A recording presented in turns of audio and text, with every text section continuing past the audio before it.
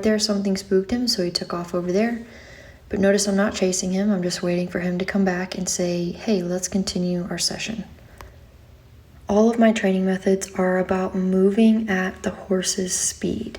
We cannot go in the training pen and expect to have X, Y, and Z done on week 1. Okay, it's just not how it works. We have to travel at their speed if we truly want an honest two-way communication and relationship with our horse.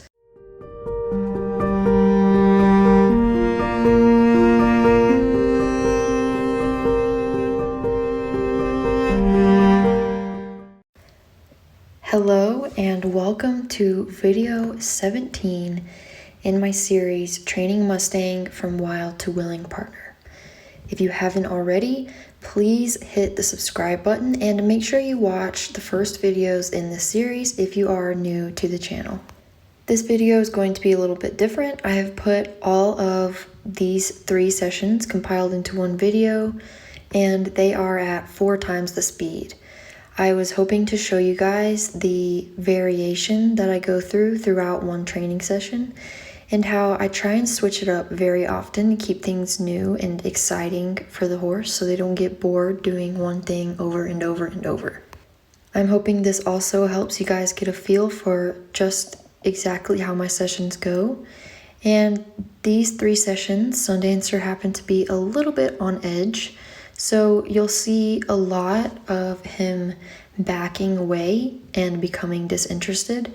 And you'll see how I respond to that in a way that doesn't pressure him, but instead allows him to have his space, where then he willingly comes back and starts to participate once again. Now right here, I am working on untangling his mane, and he's not sure what I'm asking him to do, so he starts taking some steps back. So I just followed him until he stopped. And then we're switching it up again with some targeting and then going back to working on the mane here. And he's beginning to learn that he should just stand still and allow me to mess with his hair. But as you can see by his body language and looking away, he's not too certain. So I switch it up and just give him some back rubs instead and go back to some targeting until he gets comfortable. And right there, he completely leaves. So he's slightly uncomfortable with me messing with his mane. He's just not too sure what I'm trying to do. I'm not actually touching him. So it's a little confusing for him because he understands that I go around to his sides and I touch him, and I go around to the sides to introduce objects and introduce the halter or the lead rope, but he's not too sure what to do when I go around to the side and just kind of stand there, and he doesn't feel anything from me or necessarily need to do anything. And right here, when asking to halter, he comes around and puts me on his right side, telling me that maybe he's getting a little bit uncomfortable with me being on his left again, so I will be sure to work on the left side quite a bit in this session. And as you can see here, I'm holding the hay through the noseband in order to lure his nose through the halter. This is step 1 in self-haltering, and as you see here, we will eventually start shaping out the hay, and the hay will no longer be necessary for his nose to go into the halter. We will still be rewarding him after, I just won't be using the hay as a guide as soon as he doesn't need that assistance anymore. When he knows where to put his nose, we will not be using that.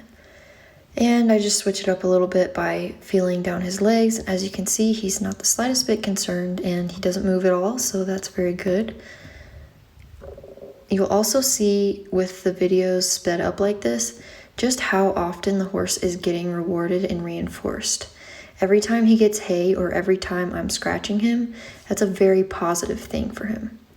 So he's constantly getting positive feedback from what we're doing, which turns it into a really fun experience for him that he's happy to repeat. Now it is fairly windy on this day, so that might be why he's a little bit disinterested. Like I've said before, wind makes horses pretty uneasy. Along with me messing with his mane, he's just not really sure what he's supposed to do. So I'll return to haltering a little bit. And he's beginning to put his nose through the halter where he feels the noseband actually on the top of his nose, which is step 2 in the self-haltering process. Once he knows where to put his nose, then he must start being okay with feeling it on his nose. And both step 1 and step 2 must be very good before we even begin trying to put the halter over his ears at all, okay? And right here you'll see he's a little hesitant. He's not quite knowing what to do, so I add my hand through the noseband for a target and he sticks it right in. And here again, perfect. So we reward for that. And I'm noticing that he doesn't really like his ears being touched, so we're really going to need to work on that. As you can see, he's a little skeptical about it now. As soon as the halter goes on and my hand touches his ear, he kind of jerks his head up. So this will be something that we'll work on for several sessions in the future. Right there, something spooked him, so he took off over there. But notice I'm not chasing him. I'm just waiting for him to come back and say, hey, let's continue our session. All of my training methods are about moving at the horse's speed. We cannot go in the training pen and expect to have X, Y, and Z done on week 1. Okay, it's just not how it works. We have to travel at their speed if we truly want an honest two-way communication and relationship with our horse.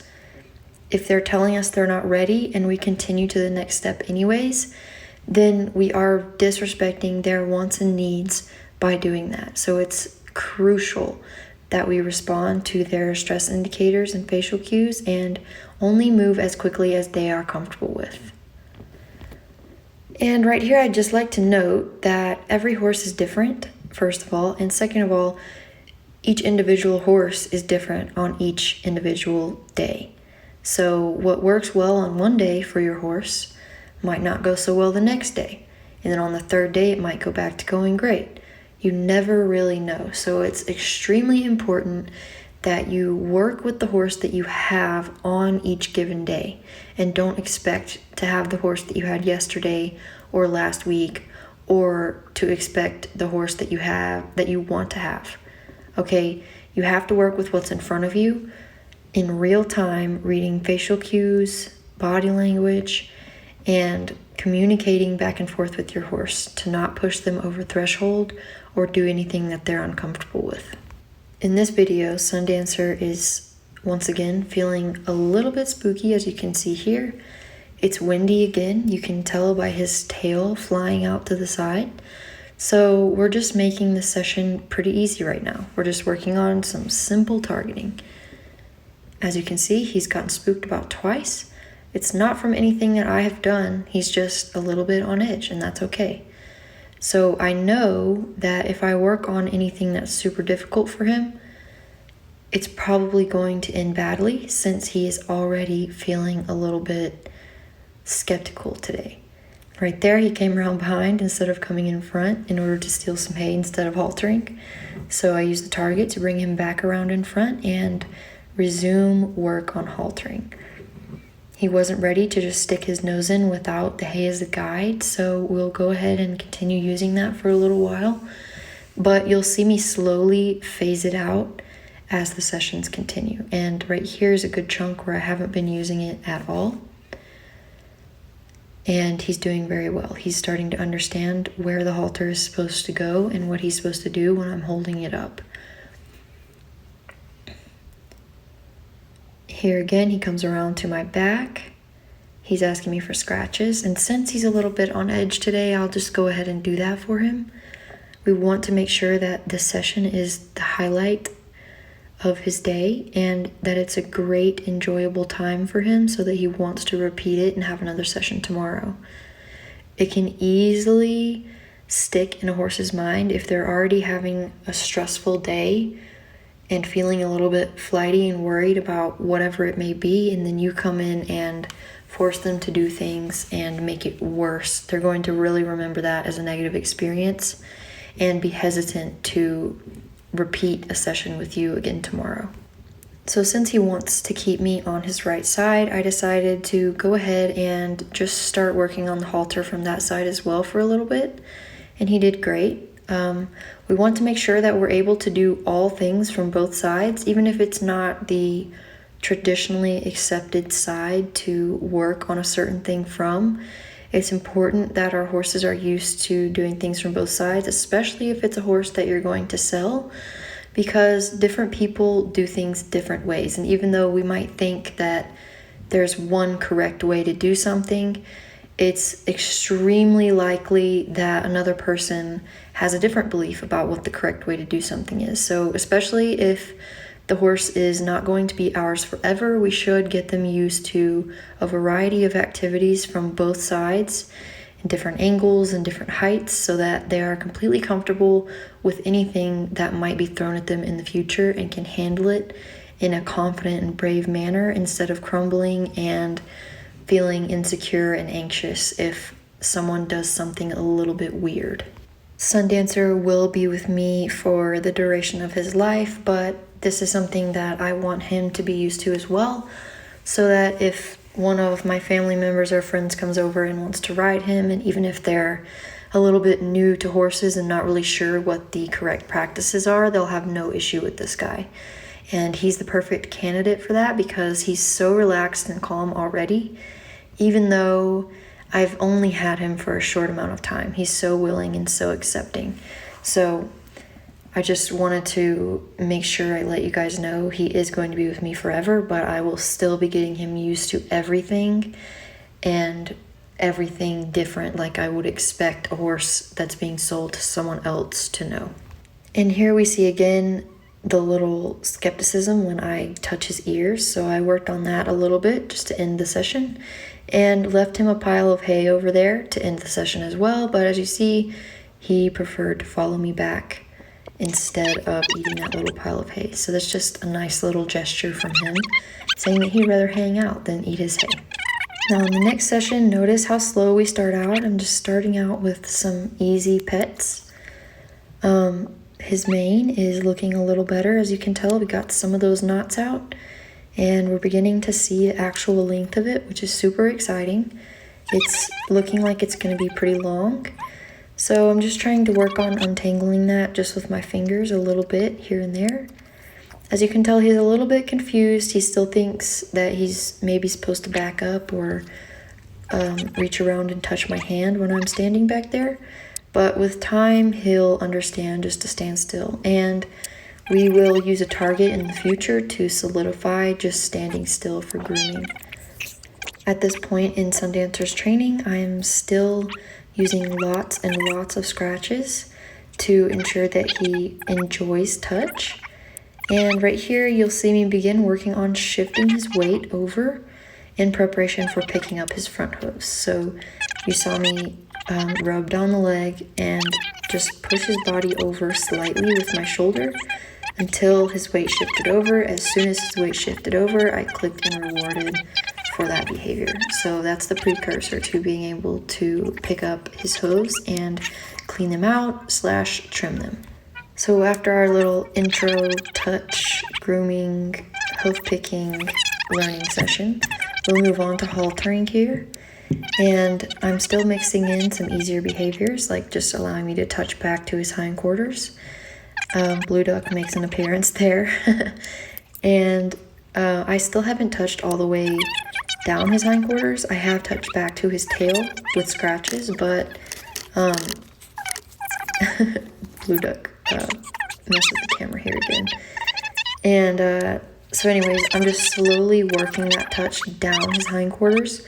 I am doing that with my hand, which I wouldn't advise if you have any kind of anxious Mustang, because they could very easily kick you, but I know for a fact that Sundancer really trusts me by how he responds to everything I ask of him. And so I'm doing this slowly enough and carefully enough with his trust that I don't have to really worry about getting kicked. However, I want to note that I am still being extremely cautious because he is a wild animal and you never truly know. And now in this session, I am introducing the infamous spray bottle. He's doing very well, and I'm honestly very impressed by how he's doing. This is the second day that he's seen the spray bottle. The first session with the spray bottle unfortunately did not get recorded due to full storage on my phone, but as you can see there, I was able to mist his face and his side one time. and I'm actually spraying it with no anxiety from him. As you can tell, he's just looking at it and calmly hanging out there, not giving us any stress signals. And I'm making sure to switch up the process and not just do the same thing over and over and over. And we are nearing the end of the session here, so I'm just kind of scratching on him a little bit and working on the spray bottle and the halter a little bit more to end. As you can see there, I did go over both ears and he's doing pretty well. However, if you notice, his head level does come up a little bit once I go over both ears. So we will definitely be working on just getting him comfortable with his ears being touched a little bit more. I thoroughly hope that you guys have been enjoying these videos. If you have, it would mean the world to me if you would drop a like and leave a comment letting me know what you like and dislike about my methods so far. I would love to hear from you guys. And if you haven't already, please share with a fellow horse-loving friend. And be sure to subscribe so you don't miss future videos with Sundancer. Some videos of restarting our Mustang Deets will also be posted soon, so stay tuned.